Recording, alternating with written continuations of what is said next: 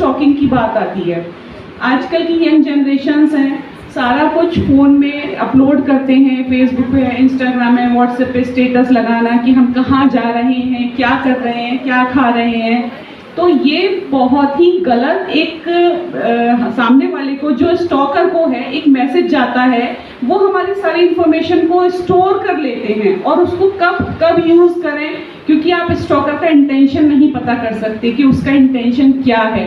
वो आपको कभी भविष्य में भी हार्म कर सकता है, आपको मतलब परेशान कर सकता है, आपके उसमें रैंसम बोले तो आपसे उसके बदले में पैसे मांग सकता है, आपको ब्लैकमेल कर सकता है, आपको बुली कर सकता है, आपको डिफेमेशन, आपकी एक मतलब गलत छवि बना सकता है सोशल मीडिया पर।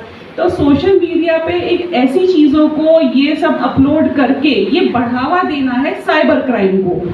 तो मेरा यही सुझाव रहता है कि आप अगर सोशल मीडिया पे एक्टिव भी हैं तो अपनी सारी प्राइवेसी सेटिंग्स को अपडेट रखिए।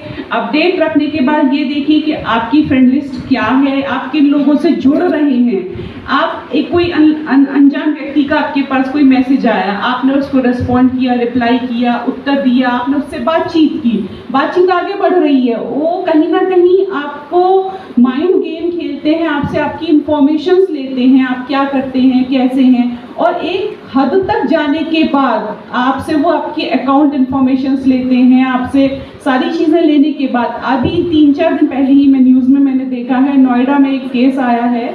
नोएडा में एक डिफेंस में लेडी थी, तो उन्होंने 4 करोड़ रुपए गंवाए इसी चीज़ में कि उनको एक कॉल आया और उनको ये बोला गया कि आपका एक पार्सल आया है और आपका एड्रेस है उस पर, और उसके ऊपर उसके अंदर ड्रग्स निकला है।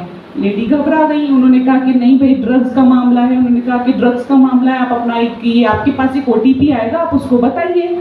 OTP उन्होंने बता दिया, 4 करोड़ रुपए उनके ट्रांजैक्शन अकाउंट से निकल गए, क्योंकि वो डिफेंस में भी थी, लेकिन गया पैसा कभी वापस नहीं आता, ये फॉर श्योर। चाहे हमारा साइबर क्राइम कितना ही, साइबर सेल, नागपुर में भी साइबर सेल है, सब जगह साइबर सेल होता है, कोशिश करते हैं, एक सर्टेन अमाउंट आ सकता है, लेकिन पूरा अमाउंट कभी वापस नहीं आता। तो मेरा यही आपसे सबसे यही कहना है कि सतर्क रहिए कि आपके आसपास हो क्या रहा है, वो चीज़ें मायने रखती हैं कि आप किससे। अभी ऑनलाइन ट्रांजैक्शंस ही हम लोग ऑनलाइन जब हम शॉपिंग करते हैं, हम लोग स्कैनर कोड करते हैं, बिल्कुल मत कीजिए। मार्केट जाइए, वहाँ से शॉपिंग कीजिए, ऑनलाइन पे मत डिपेंड रहिए, क्योंकि ऑनलाइन का आपने कैश पेमेंट किया, उस कंडीशन में शायद पार्सल आ जाए तो आ जाए, उसमें भी पता नहीं क्या निकले, वो भी एक फ्रॉड है। लेकिन अगर आपने ऑनलाइन पेमेंट कर दिया तो आप पैसा चला गया, लेकिन शायद पार्सल नहीं आया आपके पास। तो ये ऑनलाइन से रिलेटेड सारी चीज़ें हैं, जैसे कि अभी। लेकिन हमेशा याद रखिए कि फ्रंट कैमरा सब कुछ देखता है, इसलिए अगर कभी बहुत ज़रूरी भी है तो फ्रंट कैमरे को आप कोई बिंदी या कोई ब्लैक चीज़ ऐसी लगा के उसे बंद करके रखिए, जब ज़रूरत हो तभी यूज़ करिए। और दूसरा, अभी आधार कार्ड अपडेटेड हो रहा है, हर कोई उसमें अपना मोबाइल नंबर अपडेट करता है। हम एक जगह आधार कार्ड डालते हैं, वो पूरे ऑल ओवर सब जगह जा चुका होता है।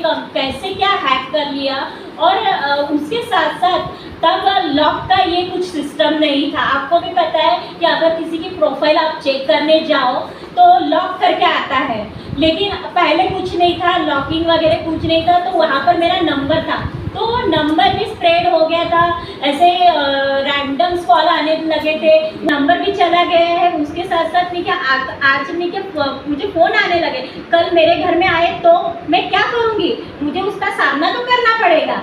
भले ही मैं कि पुलिस स्टेशन में अकेली गई, वो हाँ करते करते कोई मेरे साथ नहीं आया, मैं अकेली गई, साइबर क्राइम में गई, साइबर क्राइम में अपना नाम नंबर ये किया, नंबर मैंने अपना दिया और मैंने सारी चीज़ें की, और फिर उन्होंने मेरा मोबाइल चेक किया ना, उस पर लिखा कि computer your mobile is hacking and computerising. आप भी अपने मोबाइल में चेक कर सकते हैं, वो स्कैन पर ही आता था तब भी और आज भी आता है।